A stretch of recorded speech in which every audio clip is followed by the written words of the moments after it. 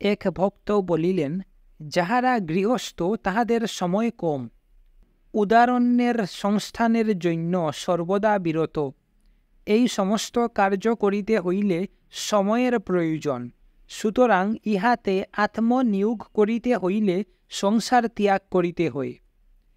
স্বামী নিগমানন্দ বলিলেন, ত্যাগ করিবার প্রয়োজন কি? আন্তরিকতার সহিত অধ্যাত্ম বিষয়ের সম্বন্ধ করো। সংসারে থাকিয়া যত্ন সত্ত্বেও যদি কেহ একান্ত অপারগ হয় ক্ষতি নাই।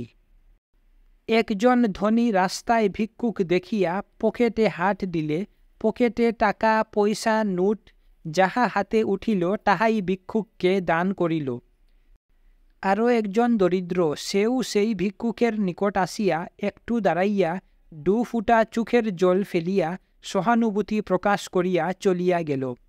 ফল কিন্তু শেষোক্ত ব্যক্তিরই অধিক হইল।